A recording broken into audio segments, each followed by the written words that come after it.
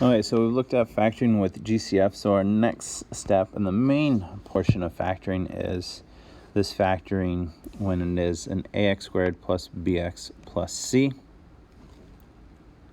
And we have a couple methods or organizational tools to help us with that. One is what I call Xbox, the other is grouping. So I'll work through both of those for you. So our essential question is, how can ax squared plus bx plus c be factored? So we're going to start by using Xbox. So our a and c go on top being multiplied together, and then our b just goes on the bottom. And here we look for terms that multiply to give us AC and add to give us B. And then what we'd get here is you get ax squared, C goes there, and then what we found here goes there with an X. So let's look at 1a here. So my A and C multiply together, 3 times 15 is 45, and then 14 goes on bottom. So what things multiply to 45 and add to 14? If you're stuck, you can start writing stuff out.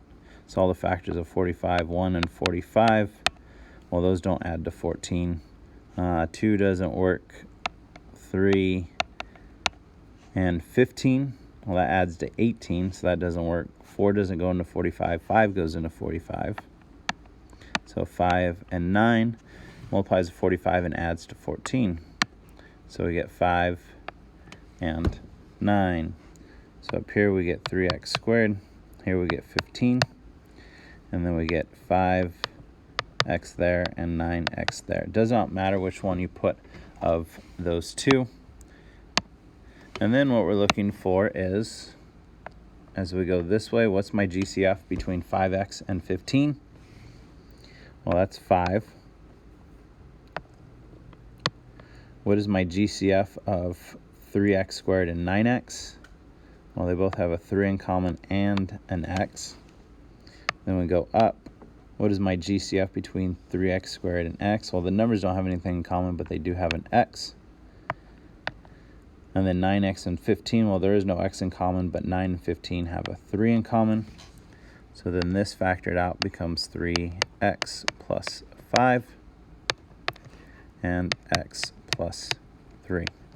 Now again, we're undoing what we did when we multiplied. So previously, we had problems that look like that, and we'd distribute, and that would give us a 3x squared plus 9x plus 5x and then plus 15.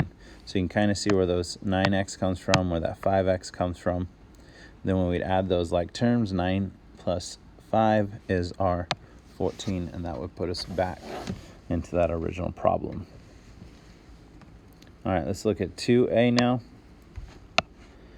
So our a is 2, and our c is negative 9, so now we get a negative 18, and then our b is 7. So what are the things that multiply to 18?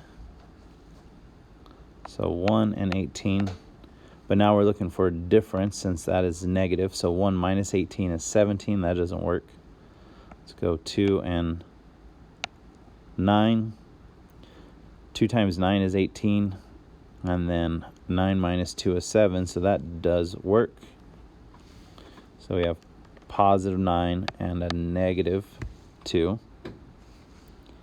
So we get 2x squared here. We get negative 9 there. We get 9x here and negative 2x here. Now another way, instead of looking for the GCF, some of you guys might feel more comfortable with, is coming up with what are things that multiply to each of these. So here, let's say I get a 2x and then an x. And then as I look at this, what times x gives me 9x? Well, that has to be 9. What times 2x gives me a negative 2x? Well, that has to be a negative 1. And then check, negative 1 times 9 is negative 9. So that would work. So we get 2x plus 9, and then x minus 1. Now, showing this with the GCF, how that'll work. So I look here. Well, what do they have in common? They have a 9 in common. What do those have in common? They have a 2 and an x. Going this way, 2 and 9 have nothing in common, but they have an x in common. And then going this way, well, you'd say they'd have nothing in common, but they always have at least a 1. Now this one's a little easier because they both have a negative, but let's say they don't. We can double check. 2x times 1 is positive 2x, but I need it to be a negative. So I'm going to make that 1 a negative. Negative 1 times 9 gives me negative 9. All right, so then that works too, so we're good with that. All right, so let's look at those same problems using factor by grouping. So we are still going to use our x. And I get 45 on top, 14 on bottom, just like we did on 1a. And we already know we get 5 and 9. So then what happens is we still have our 3x squared. But now our 14 is made up of those two terms, like we saw up here when we multiplied it out. So then I get a plus 9x plus a 5x and then plus 15. And then we group it. So I look at the first two and then the second two. And I bring in the sign on that second group. So here, 3x squared and 9x, we're just looking for the GCF now. So it's going to be a 3x, and that leaves me with an x plus 3. And then on the second one, 5x and 15, looking for GCF. Well, my GCF there is 5, and that's positive.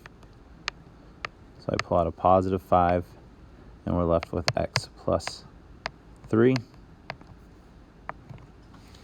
And then we can see here how we have an x plus 3 and x plus 3. So I pull that out. And then that leaves me with a 3x. And then a plus 5. All right, so let's do 2b now.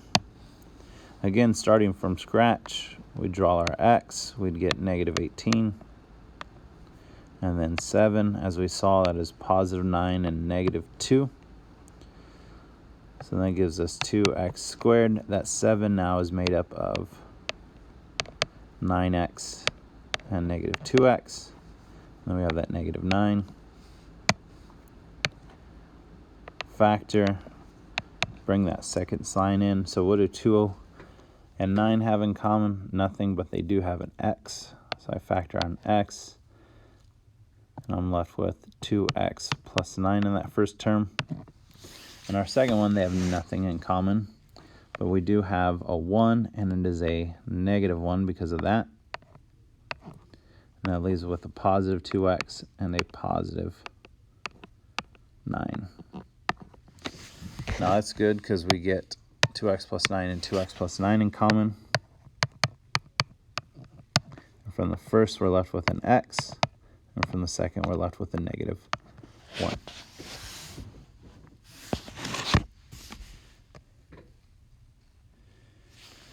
All right, so you can do any method on these, whether you're someone who likes Xbox or you like grouping.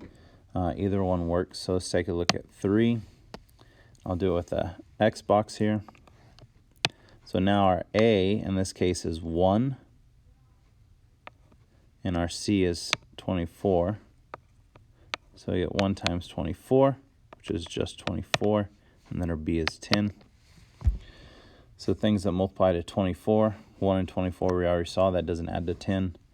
What about 2 and 12? And that adds to 14. 3 and 8. Well, that adds to 11. We're getting closer. 4 and 6, that adds 10, so that works. Then we draw our box. And I have x squared, and 24, and then 4, and 6x.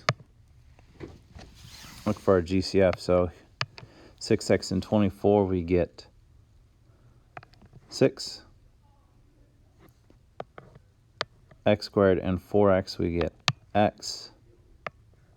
6x and x squared, we get x. And 24 and 4, we get 4. So then this factored would be x plus 6 times x plus 4.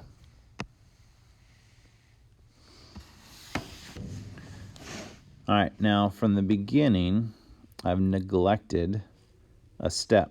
And so as we look at number 4, and then down over here are steps for factoring, our very first thing we should always check for is a GCF. Now, all the previous ones are GCF or 1, but we do need to get in the habit of checking for GCF. So as we look at number 4, is there a GCF between those three terms? Well, they don't have an x, but 5 goes into 5, 5 goes into 10, and 5 goes into 35. So we have a GCF of 5. And that leaves us with 5, and we get x squared minus 2x minus 7. And as I'd said on the previous lesson of factoring a GCF, we would get to the point where we'd factor that out, which we will do now.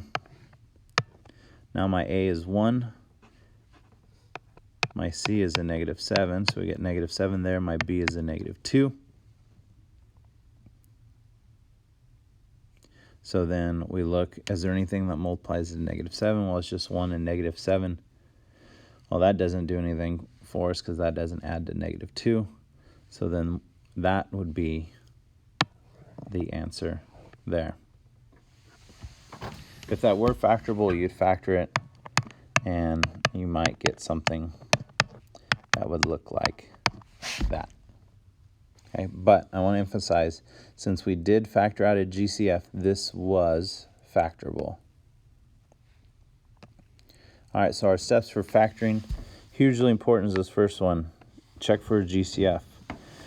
If there is a GCF, you did factor it, so it was factorable. Once we go from there, you may be left with a trinomial or something that is factorable, and then what we're going to do at this point is we have X box or grouping, both the same process, just whatever one you feel most comfortable with.